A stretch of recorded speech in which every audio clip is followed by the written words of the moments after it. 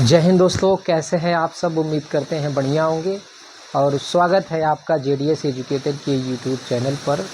और भारतीय राष्ट्रीय आंदोलन के सेशन में ये लगभग हमें लगता है कि 16वां क्लास है और हम लोगों ने 1939 तक पढ़ लिया था और आज की क्लास में हम डिस्कस करेंगे 1940 का जो कांग्रेस अधिवेशन।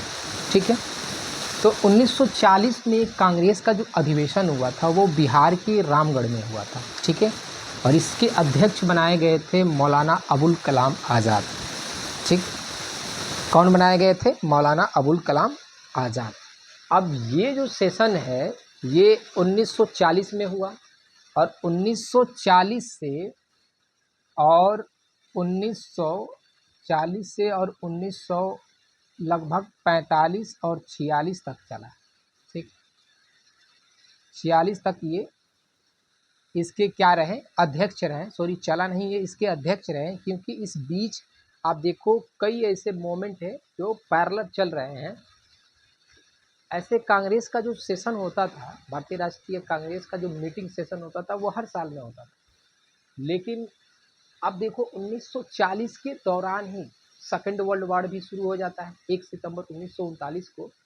तो इसलिए लेकर तो सवाल इनसे बनता है कि भारतीय राष्ट्रीय कांग्रेस का वो कौन सा नेता है जिसका कांग्रेस अध्यक्ष पद पर सबसे लंबा कार्यकाल रहा।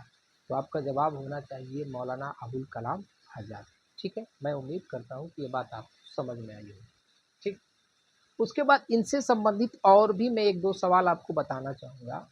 एक तो ये 1940 के बिहार में रामगढ़ में जो कांग्रेस का अधिवेशन हुआ उसकी अध्यक्षता की है।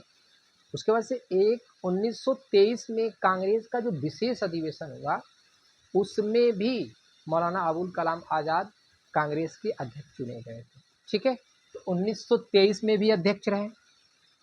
अब इनसे सवाल एक और बनता है कि कांग्रेस का सबसे युवा नेता, सबसे युवा अध्यक्ष, तो सबसे युवा अध्यक्ष की भी बात करें हम तो उनका भी नाम क्या था? मौलाना अबुल कलाम आज़ाद। ये कांग्रेस के सबसे युवा अध्यक्ष बने। तो हमने आपको कितने क्वेश्चन बताए? 4 क्वेश्चन मैंने आपको बताए। फिर 1940 के बिहार में जो रामगढ़ अधिवेशन हुआ, ठीक है, उस अधिवेशन में क्या बात की गई? उस अधिवेशन में केंद्र में अंतरिम सरकार की गठन की बात की गई। ठीक है, क्या? अंतरिम सरकार की गठन की बात की गई। और इसी दौरान आप देखोगे कि 1 सितंबर 1939 को सेकेंड वर्ल्ड वॉर शुरू हो जाता है।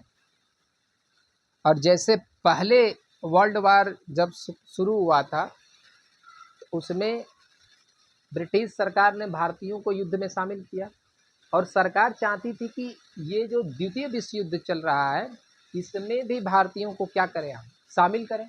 और इसलिए वो 1940 में क्या लेकर आते हैं? अगस्त प्रस्ताव लेकर आते हैं। ठीक है, तो सबसे पहला प्रश्न आपसे यही बनेगा कि अगस्त प्रस्ताव कब आया था? 1940 में आया था। कौन लेकर आया था? तो लॉर्ड लिनलिथगो, क्योंकि ये क्या था? इस समय गवर्नर जनरल वायसराय था, इसी ने अगस्त प्रस्ताव लेकर आया।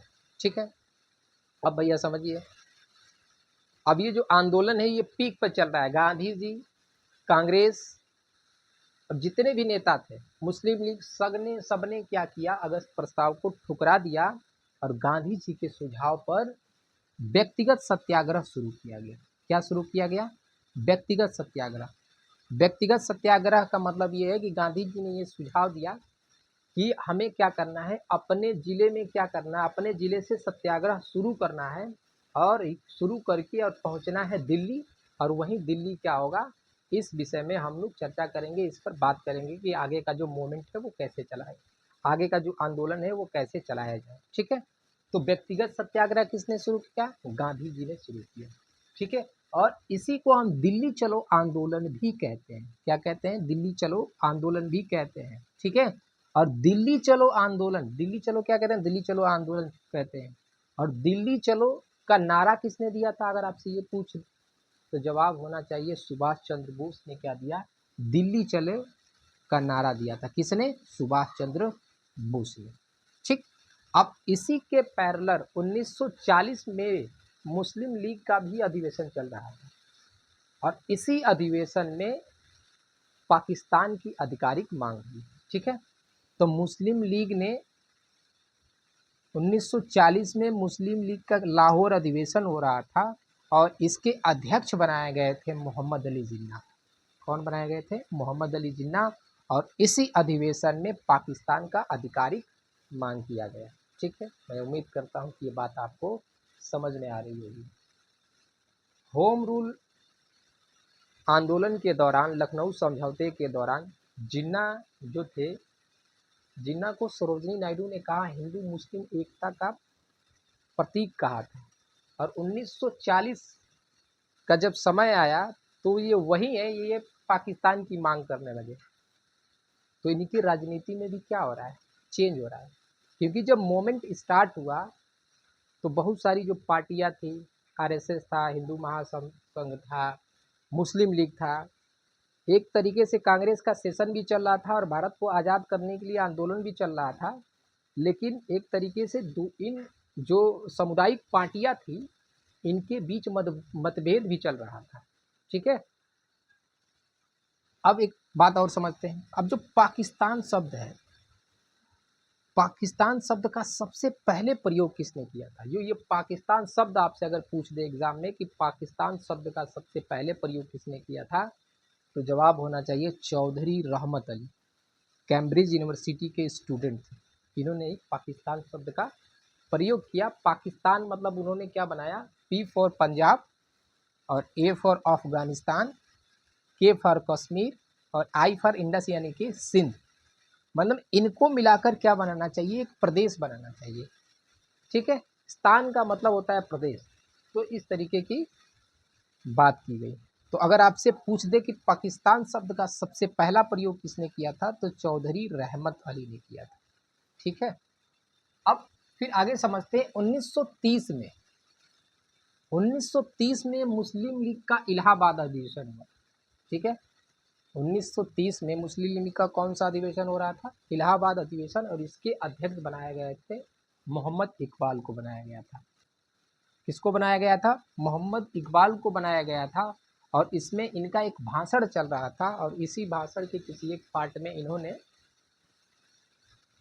पाकिस्तान शब्द की जो विचार है, जो पाकिस्तान है, पाकिस्तान का एक राष्ट्र के रूप में विचार आया। ठीक है, आइडिया ऑफ पाकिस्तान। ठीक है, कब आया? 1930 के मुस्लिम लीग अधिवेशन में। इसके अध्यक्ष कौन थे? मोहम्मद इकबाल थे। ठीक है, और मोहम्मद इकबाल ने ही बंगे दर्रा नामक एक पुस्तक लिखा था। ठीक है, और इसी पुस्तक में इन्होंने क्या लिखा? सारे जहां से अच्छा हिंदुस्तान हमारा, हम बुलबुले हैं उसके, ये गुलसिता हमारा। ठीक, और एक और प्रश्न इसी से रिलेटिव अगर आपसे पूछ दे कि विजयी विश्व तिरंगा प्यारा किसने लिखा, ये जो गीत है ये किसने लिखा, तो ये गीत किसने लिखा? श्यामलाल पार्षद ने लिखा था। ठीक है, किसने लिखा था? श्यामलाल पार्षद ने लिखा था। तो मैं उम्मीद करता हूँ कि इस स्लाइड से आपको जो क्वेश्चन देखने को मिले ये बहुत ही इम्पोर्टेंट क्वेश्चन है, किसी न किसी एग्ज़ाम में आपको ज़रूर देखने को मिलेगा। अगर आपको कम समय में ज़्यादा सीखने का मौका मिल रहा है तो थोड़ा सा लाइक शेयर सब्सक्राइब करें। ठीक है, आज के लिए इतना ही, धन्यवाद।